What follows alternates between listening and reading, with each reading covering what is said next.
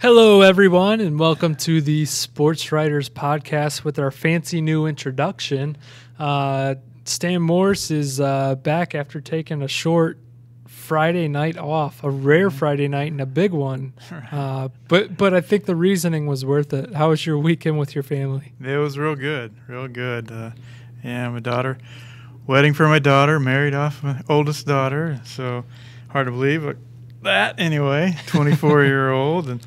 Yes, but I was I was at the rehearsal dinner there, and she had like it was a pajama party kind of for the rehearsal dinner, and so there I'm in my Batman PJs. There are pictures, but I won't. I'm trying to keep them away from everybody. That should be the lead photo for the podcast. I'm in there in my Batman PJs, kind of checking on the game there. Checking your feeds and your Twitters, keeping up with it. In between, they did The Corpse Bride as a movie after the rehearsal dinner too. So in between watching that movie and checking on the game, so that I would have been at if I wasn't. But so tell me about that game a little bit.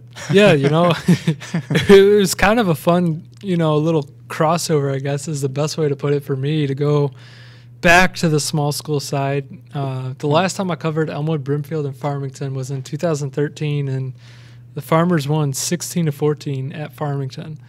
So this wasn't my first Farmington Elmwood Brimfield experience, but I will say, not only were you texting me some smack when Farmington was coming back, but after the game, Farmington fans were giving it to me on Twitter and from the sideline while I'm trying to interview coaches. So that was kind of funny. But no, I mean, the first half was just crazy because the field was pretty muddy. Obviously, it's muddier at the end of the game. But, we had a ton of rain all day leading up to the game, and then it was cloudy. It wasn't, clear, but it was dry in terms of precipitation for the entire game, which was good and made me happy, so I could be on the sideline and keep stats at everything and stay dry. But the first half, no one really seemed to move the ball all that well. Hayden Brott had a huge run in the first half. I can't even remember how long it was, but it was like a 64-yard run or something like that, I want to say. But he got sacked 5 times. It ended up with like 22 yards rushing at the half because of it.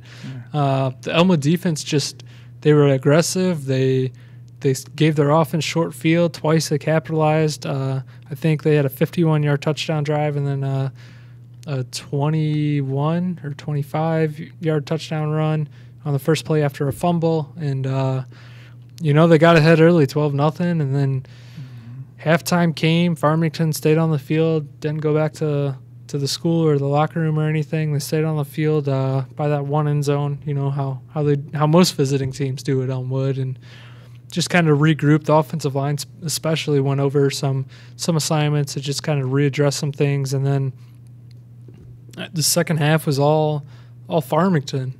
They scored 4 touchdowns. Hayden Brott, obviously, he can throw the ball. And they tried to throw the ball, and I thought they had, decent success given the conditions of the field. But he just took over and ran the football. And if I'm not mistaken, that's something that was kind of new. Not a whole lot of teams have seen this year. Right. Todd, I was talking to Todd Hollis, and he said they hadn't even seen it on film, so they weren't prepared for something like that. That Farmington showed them a little new wrinkle in running the quarterback, and that's kind of he said it's kind of funny. They've turned their passing quarterbacks into running quarterbacks a few times. Stephen Gilstrap a few years ago ran just like crazy in that 77-64 game. He could really throw the ball too, but yeah, they were surprised to see, a little bit surprised to see that. Todd was really happy with the defense overall. I mean, he was pleased with the way that they played overall on defense. That 5 sacks in the first half and that kind of thing. So, but Toby Vallis certainly was real pleased with just the heart and the drive and just the way that they were able to come back from being down 12-0, at halftime, and just being able to show what they could do in the second half to come away with another title. So good for them, and the 2 really good teams. I mean, they're play that again on, who knows what happens if they play. Maybe they will play again. They've done that a few times in the playoffs. So we'll see how that goes. Yeah.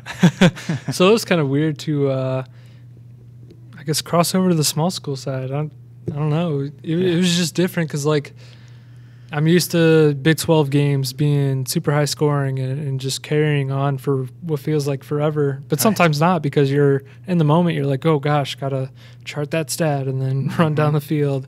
And then even Mid-Illini games, it just felt like they took longer. But, Elmwood Brimfield just running the football. Get over about 9:15 or somewhere around there. Yeah, or earlier.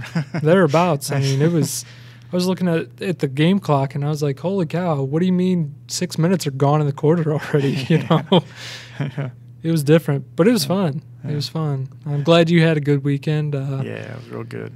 Had a chance to catch up on other games on your beat? I did, yeah. Princeville kind of bounced back. Got a big win, 43-0 over Mid-County. Adam Snedden goes over 1,000 yards for the season. Scored a couple touchdowns, and their offense was of course going pretty well, but the defense, that Mid-County's a pretty good team. They end up shutting them out, and I think they've only given up like 34, 35 points all year now, Princeville. So got back on the right track. They got a Stark County team, kind of a rivalry game to play coming up this weekend. So that was good for them to get back. And the win, Eureka became playoff eligible. They got their fifth win.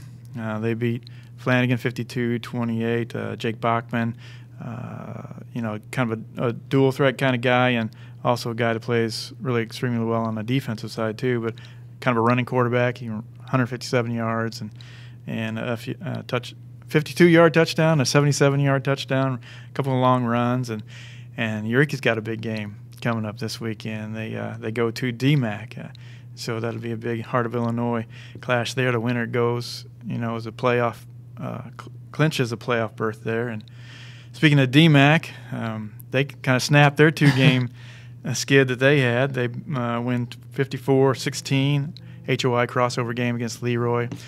Coach Limbo said that was really the best offensive game that they played all year. They were kind of close, 28-16 at halftime. But they kind of rolled in the second half, over 400 yards in total offense. They scored every time they got the ball. 8 times they got the ball, they scored 8 times. So that was good for them.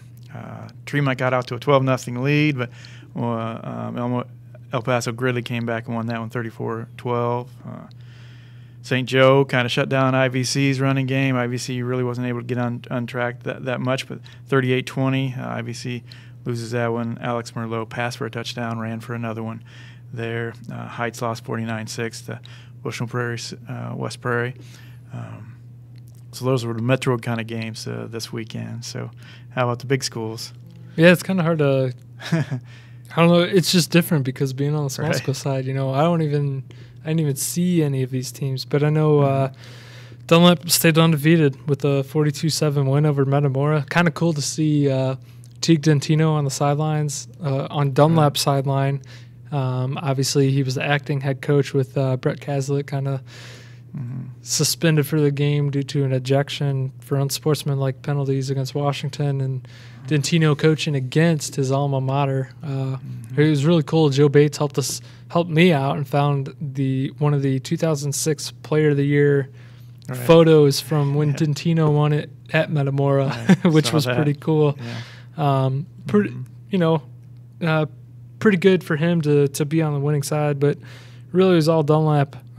They got out to a 14-0 lead. Miles Burke had another good game passing, over 160 passing yards. Luke Binneyhoff again had a big game running. He ran for 145 yards, a couple touchdowns, had a 89-yard pick six interception return for a touchdown. So, again, just Dunlap dominating all phases of the game, and they've really been impressive this year. The loss for Metamora officially eliminates them from the playoffs, which is kind of weird to see that in week 7. But dug a big hole early, going to 0-4 and dropping their first 4. Tried to make a little bit of a run with their backs against the wall, but unable to overcome an early deficit. Mm-hmm. Washington and Pekin was a great game. The Panthers winning 26-21, scoreless at halftime, which is kind of, I don't know, just kind of weird. Right, you don't see that too often, right? Yeah. But Washington had a couple touchdown runs called back with some penalties in that first half. But really, they just kind of executed. They just kind of got things done. Ground game, defensively, they played pretty well. And really a good bounce back win against a quality program. Pekin, a lot of teams think that a lot of coaches that I've talked with think Pekin's a lot better than what their record says. It's just a matter of putting it all together, and their passing attack is just it's tough to stop. Quinn Telleritis threw for over 300 yards again this week, and he's just been really impressive throwing the football. Pekin goes to Metamora this coming week. So Pekin still has a shot to make the playoffs. Dunlap goes to Limestone, I believe. Yeah, Dunlap goes to Limestone. Pekin goes to Metamora, and Washington hosts East Peoria.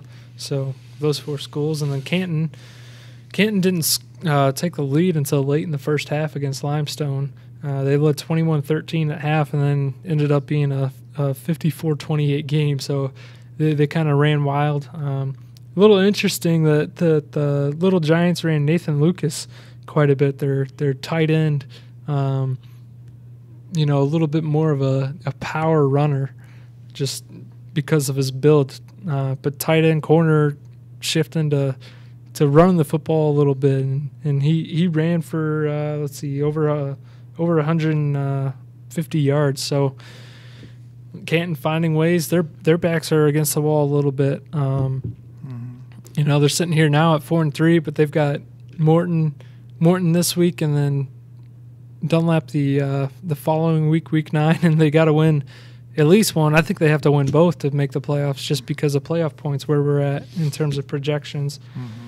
Rich Woods with a big 27-20 win over Bloomington, which kind of gives them a favorable outlook towards at least getting to 5-4, either next week at Normal West or the following week against Champaign Centennial. So they should get to 5-4 and get in the playoffs. Notre Dame, I believe, won again. They had a big game a big rushing attack against Champaign Central with the 54-14 win.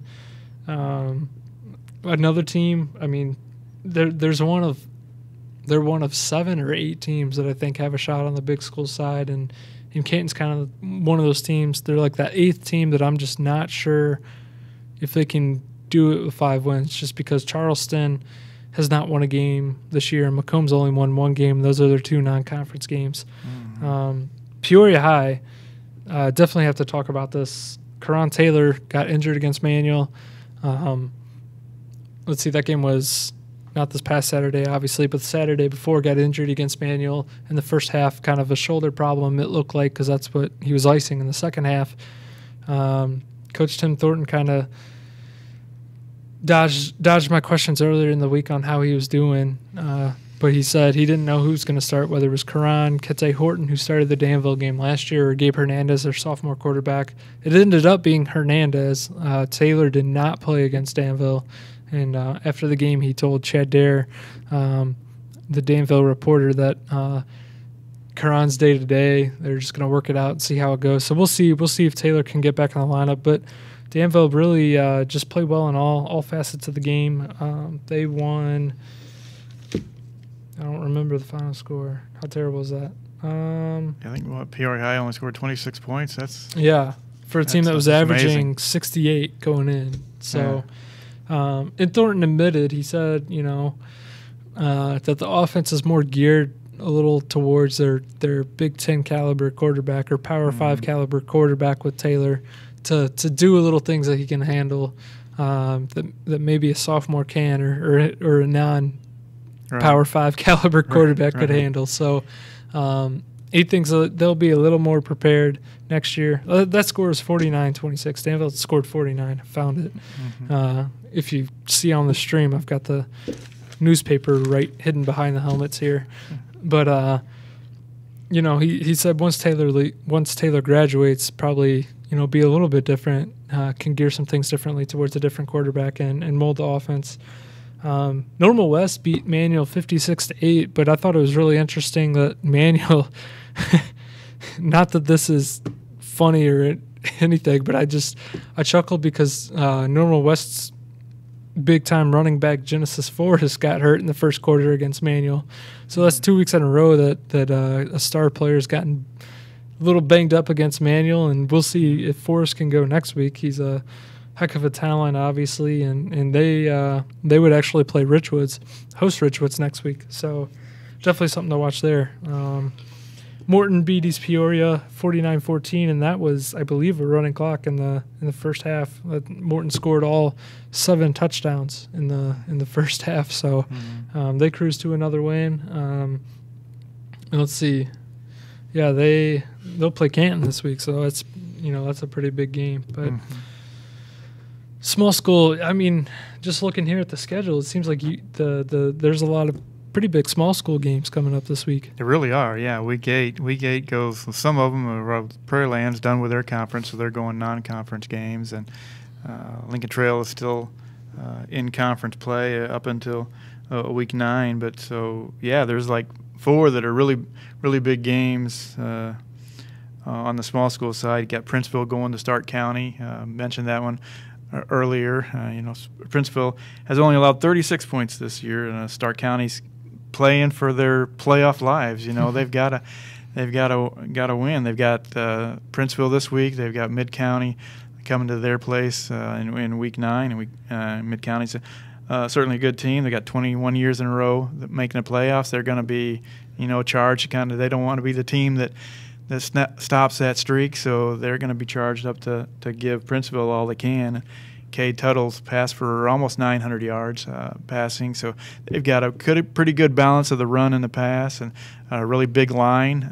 We'll see how Princeville can handle that. Princeville certainly has the running game going, but they also have that strong defense that's been really stopping the run really well, and we'll see maybe if Stark tries to maybe throw the ball a little bit more and see what happens there.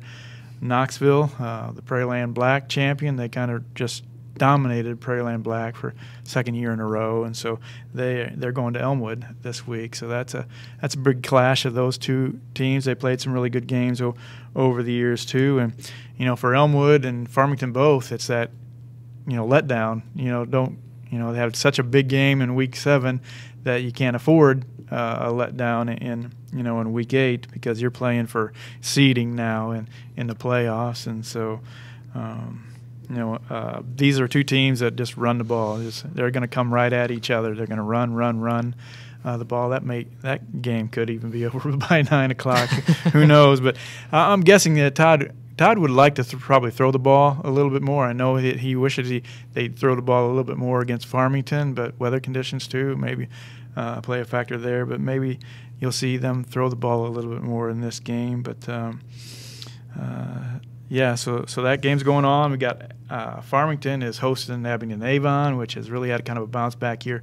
Team was 0-9 last year. Now they're 6-1 and really strong. They've got a really good threat, athletic quarterback, and Lucas Tinkham, who's thrown for over 1,000 yards, 11 touchdowns, and Vallis really likes Toby Vallis, Farmington's coach, really likes their quarterback, and knows that they're going to have to be wary of where he's at, at all times. And they have a running back that's gained over 1,600 yards. I think that's the most of any back in the small school area. 1,600 yards and 16 touchdowns. That's Jay Albright. So again, Farmington's going to have to be wary of those big plays and kind of stop the big plays from happening. And the thing about Farmington is what they showed this past week. Man, they can beat you in the run or the pass. You shut down the passing game, they can still find ways to get it done on the ground. So they're a dangerous team that's on that 2A, 1A, or 2A, 3A bubble there for the playoffs. And so anyway, that's again hoping for not to have a letdown. And the other game, again, I kind of mentioned that, Eureka, DMAC. Eureka has the really good defense. DMAC played their best offensive games past weekend. The winner clinches a playoff berth. DMAC has Tri-Valley in Week 9, so they don't want to risk the possibility of maybe going 5-4 and seeing what happens, or playoff bubble kind of thing. So they're going to be charged. Both of those teams are going to be charged to get a win there. So that could be a pretty exciting game. Well, I'm sure it will be. So those are the real big games that are happening on the small school side. How are you going to determine where you're going? Well, right now, can't flip a coin because there's right more now on. I think I'm leaning towards the Eureka and DMAC, two metro area teams going together. But yeah, I like to be in 4 places at once because those are going to be 4 really good games. So you want to go to small school again? Gosh, sounds exciting. But you got some games too, right? Yeah. I'm going to go see Pekin for the first time all year. Obviously, we our friends over at the Pekin Daily Times always do a good job of covering for us and kind of help us out over there. But I want to go see this passing attack for myself, and against Metamora, it's going to be it might be a game that doesn't end until 10:30, 7:30 kickoff, because 2 teams that love to throw the football. So I guess I'm getting myself into an interesting situation. But I think a really big game is Canton at Morton. Canton's playing for their playoff lives. I really think right now they could probably finish with anywhere from 32 to 34 playoff points, and don't think that's going to be enough to get in if they don't win out. And it's tough because they've got Morton and Dunlap, 2 teams that are combined 13-1. So it's going to be tough. But I think Canton's made some wrinkles in their offense, finding ways to get players in position to succeed. I think that was evident last week. They rushed for close to 600 yards as a team last week, which is really just remarkable. So who knows? We'll see what Canton's got up their sleeves this week, going against Morton, another team that runs the football and can slip through a ton of tackles. So Canton's going to have to be well disciplined on both sides of the football to try and beat a quality football team that's tied for 7th in the tied for 7th in the Class 5A rankings with Washington, who hosts East Peoria. And if that tied ranking holds over to next week, Washington and Morton will play each other, which I just thought was kind of funny. Dunlap goes to Limestone. I don't see Dunlap having any problems there. Give them an opportunity to get some of their other seniors in the game that maybe don't play each week. Get some experience for some of the younger kids, because they do have a lot of seniors on this team. They're going to be graduating to kind of carry the load later. I think Canton and Morton's really going to be a good game. Pekin at Metamora, I think, has the possibility to be good just because of the 2 different passing attacks. I think Thomas Hall, the Metamora quarterback, he hasn't really had a whole lot of time to throw the football in the pocket. Just some problems up front with the offensive line. And not really being able to run the ball has kind of hurt them. They have almost had to be pretty one-dimensional. Obviously, he set a school record for attempts, completions, and yardage earlier this year. I believe that was in a losing effort in Week 4 against Canton. No, that was Week 5. No, it must have been Week 3 against Morton. Yeah, Week 3 against Morton. All right, I'm all out of sorts today. So that has the potential to be a good game. Notre Dame could, get a playoff spot with a win at Centennial next week. After just going to Champaign and beating Champaign Central, they travel back there in back-to-back weeks. I think the biggest game for our area Big 12 schools is going to be Richwoods at Normal West. Richwoods sitting at 4-3 needs to get that fifth win to be playoff eligible, and needs to win out to kind of clinch that berth. I think both Notre Dame and Richwoods and Peoria High, maybe not so much Peoria High, but definitely Notre Dame and Richwoods, if they all 3 go 5-4, would have no problem getting in. I think Peoria High would be all right, but if they win out, that's better for them to not even risk it. Right. But Richwoods, again, a team that can do a lot with their offense. They can throw it, they can run it. They've got QB1, Keenan Streetmatter. They're starting tailback and receivers, Sherrod Danich and Knowledge Hall playing defense.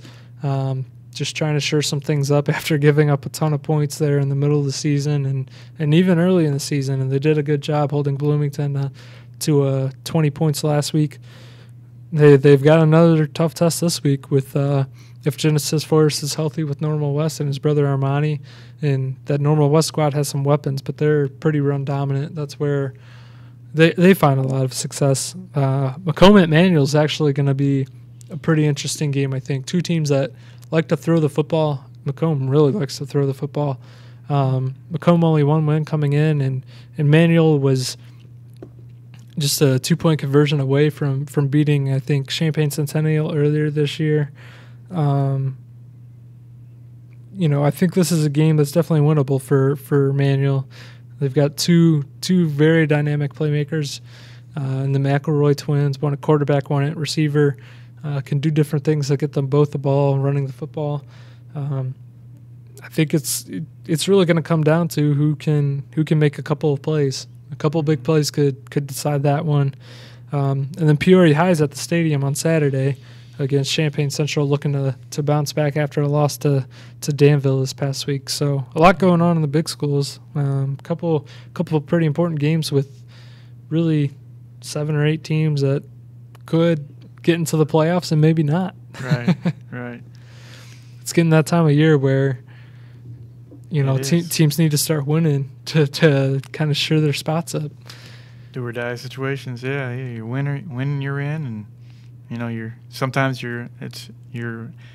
your own destiny. I mean, as far as you control your own destiny. As long as you win, you can get in. Mm-hmm. But sometimes you have to hope for other people to win too, because especially when you get in that 5-4 situation, you're looking for those non-cons and hoping those guys can pull out some wins for you to get those playoff points you need. So yeah. And I think it's funny. You mentioned A-Town. They were 0-9 last year. Morton was 0-9 in 2015, and now they're playoff eligible just in the second year with Tim Briley, he's done a remarkable job just building that program to fit the talent that they have. I tip my cap to Coach Briley and the Potters. They've really turned that thing around, and the town has rallied around them, which is awesome to see. Right. Yeah, that's great. Anything else? We're gonna pick some games, or you've got some big ones. We've got 4 small school games that I think we should pick. And then we could probably call it and be fine, but I don't know if that'd make the big schools too happy. Eureka at DMAC. Wow, that is a toughie. That's probably the toughest. I'm thinking of those 4 games. Man, if you look at it on paper, I mean, you see that Eureka beat Fieldcrest, and Fieldcrest beat DMAC. And Fieldcrest beat DMAC at DMAC, and so it's like, okay, well maybe that gives Eureka the edge there, but then it's DMAC at home, and DMAC kind of getting their feet out from under themselves this past weekend, and so. Wow, I don't know. I may go DMAC on this one, but the home team. The home team, yeah. Maybe that's the only reason to go with. Well, I mean, not the only reason to go, but home helps a little bit there. So I'll go with DMAC, but I have a few more days to bounce that one back and forth. Probably a 1.5 spread in Vegas right now. Right. All those 1 point What's the home games. team? Is that like 2.5 points for a home team or something like that? Let's see. Princeton at Stark County. I think that's a really just intriguing game. It is. Again, you talked about that Stark is not going to want to be the year that they are the team that snaps the string, but. And at 5-4, who knows? I mean, where they are playoff points wise, they've got 30 points right now, so that's pretty decent right now. Just have to wait and see how it all kind of shakes out. I gotta say Princeville on this one, just with the way their defense plays, and I know from time to time Stark has struggled offensively, but they do have just a really solid and big line that can open some things up. But yeah, I'm going to go with Princeville just because of what they can do on both sides of the ball. Maybe a touchdown. Touchdown. All right. A-Town and Farmington. A-Town and Farmington. I think if Farmington can, they have not played very well in Week 8 after the Elmwood week. So if they can stay away from that kind of letdown thing, I think they have maybe just a little bit too much firepower for Abingdon Avon. But again, Abingdon can do some things offensively too, and but I'm going to give the edge to the Farmers in that one. Knoxville and Elmwood Brimfield. Yeah, this is a game that was like 60-42, I think, something like that last year, and Knoxville actually led at halftime, but at their place. So I know that they're going to be wanting to, think that's something that kind of slipped away from them last year, and they're going to want to get it back. Again, kind of those rivalry type games, between the two programs. I think Elmwood being home certainly helps, and maybe I think it's supposed to be a nice night. So there won't be any issues with field conditions and those kind of things. Fingers crossed. Yeah, fingers crossed. Right. I'm gonna go with Elmwood bouncing back in this one and winning that game by maybe a touchdown or maybe less. Who knows? Big schools. I guess I'll just go ahead and pick a few games. Go for it. I've heard a lot of good things about Metamora, just talking to some of their opposing coaches in the past couple of weeks. Just they've said that they've really improved. It seems like they're doing all the right things when they see them on film. And this is an opportunity for them to play spoiler against the Pekin team who really needs to win and just take care of things themselves to get a playoff berth. But that Pekin passing attack is just so tough to stop because they have 3 or 4 receivers that can have a big game any night. It doesn't matter. They go to Brad Johnson a lot, but they really have 4 or 5 guys, 3, 4 or 5 guys that any night could be the one to go off for a big game. And I think that's just going to be too much for Metamora to handle. I think Pekin will probably get 2 or 3 score win at Metamora. Canton and Morton's going to be, that's going to be, I think, a really good game. Canton obviously has their backs against the walls a little bit.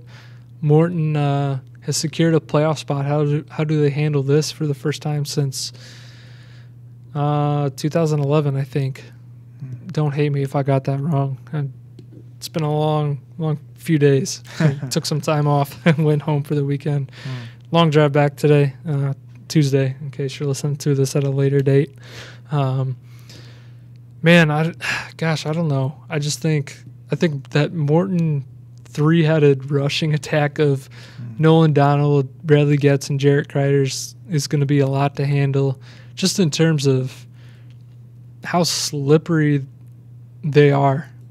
Because it's not enough just to put a body on them or wrap your arms around them. Like you have to go out to tackle them and bring them down every single time, or else they're going to break 2, 3, 4, 5 tackles on their way to the end zone, and they do it on special teams too. So I think Morton's going to get a big home win over Canton, probably by 2 touchdowns. I'm going to say that seems to be the margin that I'm leaning on today. Let's see, Richwoods at Normal West. I really like Richwoods' offense. I just think they're one of the more dynamic offenses in the area, just in terms of they've got a really good quarterback in Keenan Streetmatter who can throw the football. A.J. Johnson can be used kind of as an H-back on some sweeps. And then he's a threat to make some big plays in the passing game as a receiver, as is Sherrod Danich, who is a little bit taller and more of a physical guy that can go up and get a ball and then Knowledge Hall, who's just running the football hard, and he's nearing the 1,000-yard mark if he didn't already hit it. So I know he just adds another element to it, and then Street Matter's not afraid to run the football either. He proved that earlier in the season, and I don't know, their offense is dynamic. I have no doubt that they're going to put up points against Normal West, and I think Normal West is also going to put up points against Richwoods if Genesis Forest is indeed healthy. That's something that's going to be interesting to watch over the course of the week. And really it kind of makes it tougher to pick, not knowing what Normal West's offense will look like if he can't go. Mm-hmm. Obviously, I know what it looks like if he can because I saw them against Peoria High earlier this year. But I'm going to go with Richwoods getting a big road win. It seems like they shored some things up with their defense against Bloomington this past week. So I'll give them a touchdown win. Mm-hmm. And then I'm going to pick Manual to beat Macomb. I just think they've got more athletes, more playmakers, a couple of guys that can do some things in open space if they get the chance and outrun that defense, make a couple moves and find the end zone. I think it could come down to a couple of plays, and just obviously holding on to the football is going to be huge. So I think Manual, they beat Macomb last year. I think they do it again this year. So, yeah, I don't know. You have anything else? Not really. Just one more week, and the playoff picture is going to get a little bit more clear, right? Yeah. You're going to come down to those few that, in week 9 to kind of round out the field. But week 8 is going to clinch a lot of spots for a lot of people. So. And I know Saturday, week 9, Saturdays when the brackets will come out later that evening on TV and everything, as we did last year. We'll be, working here in the newsroom. Mm-hmm. But the interesting thing is, I know this didn't happen last year. I don't know about previous years, but Notre Dame plays that Saturday. So they play a Saturday afternoon game against Normal West, which both those teams are going to be playoff teams. I imagine Notre Dame will be a playoff team, but they both should be playoff teams, which will shift the brackets a little bit, Mm-hmm. Notre Dame could get a 6th win. Normal West could be 7-2 or 6-3, or that's something to watch. Just hours before the bracket, or maybe even an hour or two before the bracket's supposed to come out, before that game goes final. So the next 2 weeks are going to be a lot of fun. I think a lot of good football on both beats, and I'm really looking forward to it. Absolutely, yeah. So I think that's all for this week's edition of the Sports Writers Podcast. Special thanks to producer Matt Dayhoff sitting next to the camera once again, adding in a little fun intro for us this week. Please subscribe to the Journal Star. We appreciate your support so we can do fun things, not just like the podcast, but also going out to games and covering stuff like that out in the community. That's what I really enjoy. So, and I'm sure I'm not just speaking for myself when I say that. So right. Go to pjstar.com. You can find the subscribe button there. So I hope you join us again Friday night and throughout the week, whether it's reading our words or online or seeing us out at a game this week, or join us again next Tuesday and hear about everything that's going on in the prep football world. So for Stan Morris and producer Matt Dayhoff, I'm Aaron Ferguson, and we'll see you next time. All right.